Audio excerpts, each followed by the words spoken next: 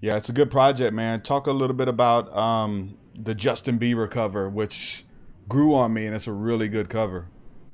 Dude, thank you. I just love, man, I love pop music, you know. I don't always listen to it, but some pop music is just really written well because there's just like these really talented writers, you know.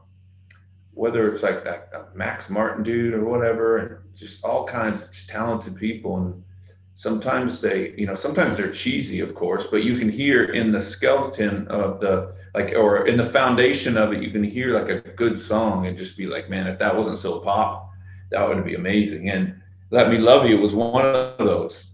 It moved me back when I heard it. I remember hearing it. It's a DJ Snake song featuring Justin Bieber, and the melodies blend so well. And I don't know, I forget what part of the song that got me, but uh, oh, don't you give up, no, no, no, I won't give up, no, no. When he drops down right there, Yeah. I just love the melody. I've always just loved melody since I was a kid. And so it wasn't even my idea though. My other guitar player who sang mostly on that song, J.R. Barris, he sent me a demo version of it, and I was just like, dude, yes, 100%. And I had the vision of a female singer immediately, Yeah. and that was like 2 years or more before the album came out. So yeah. Yeah, that's awesome. It turned out good. Speaking of Justin Bieber, let's just talk about that for a second. His relationship with Christ and being outspoken, and he's done a couple concerts where he's sung, I think it was with Hillsong or whatever, and he's on camera singing "Reckless Love," which is powerful, man. Have you been able to check out any of his interviews or hear him talk about his relationship with the Lord? I have. I've uh I've watched a little bit, you know. We know some of the same people, and I haven't met him yet, but it's really cool, man. I can't even imagine him being as big as he is and then coming to Christ. And it's just, he went through the same thing I did, but it's just on a whole nother level because like everybody knows him, love him or hate him, you know his face, you know his Mm-hmm. name.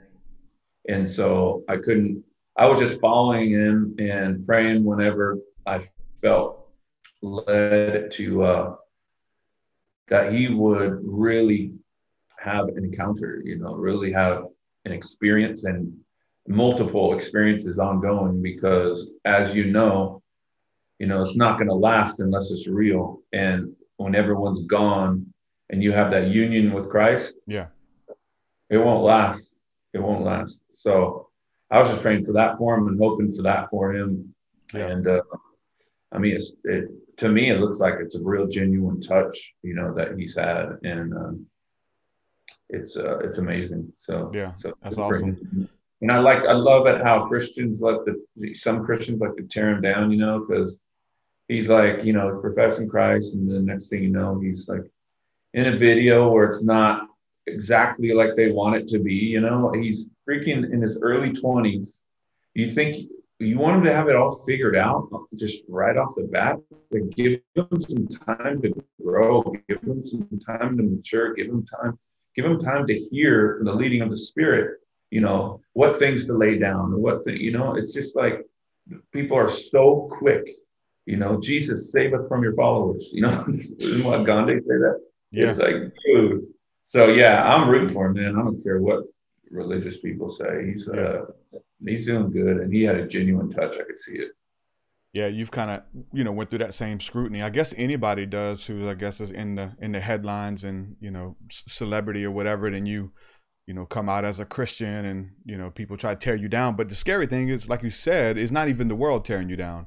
It's the scary thing and the sad thing is when it comes from the church, like your family, your brothers and sisters in Christ, and they're like, oh yeah, but you got tattoos and you're still getting tattoos now that you're a Christian, or you went back to KoRn or whatever it is, man. That's the hardest part because you're like, man, I'm, what I'm saying, I'm one of you guys, but you still face that scrutiny and stuff. Yeah, but then on the other hand, I don't want to be seen as one of those guys because I don't want the KoRn's fans to be, you know, labeling me like them, you know. And so I'm trying to make my job a lot harder, man, Yeah. because I'm trying to freaking display the unconditional love of Christ and sharing my story. And you know, and hopefully they get from my story and my books and my messages that you die to yourself, you surrender, you you forget the plans for a second with your life, and you put them into God's hands and trust Him.